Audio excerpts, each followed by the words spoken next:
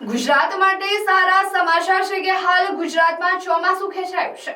વરસાદના એંધાણ નથી, ખેડૂતો પાણીની માંગ કરી રહ્યા છે. ત્યારે સરદાર સરોવર નર્મદા ડેમની સપાટીમાં વધારો નોંધાતા નર્મદા ડેમમાં પાણીની આવક થતા સપાટીમાં વધારો થયો છે.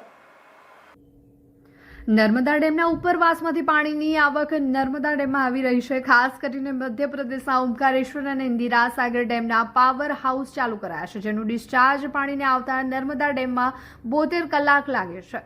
હાલ નર્મદા ડેમમાં ઉપરવાસમાંથી 16,755 ક્યુસેક પાણીની આવક થઈ રહી છે. હાલ નર્મદા ડેમની સપાટી 126.79 મીટરે પહોંચી છે. નર્મદા ડેમના કેનાલ હેડ પાવર હાઉસના 3 યુનિટ ચાલુ કરાયા છે. આમ વીજ ઉત્પાદન પણ શરૂ થઈ ગયું છે. ગુજરાતમાં સિંચાઈ અને પીવાનું પાણી મેઇન કેનાલમાં 16,223 ક્યુસેક છોડવામાં આવી રહ્યું છે. હવે આ પાણી કચ્છ સુધી ખેડૂતોને પાણી કેનાલો મારફતે પહોંચી રહ્યું છે.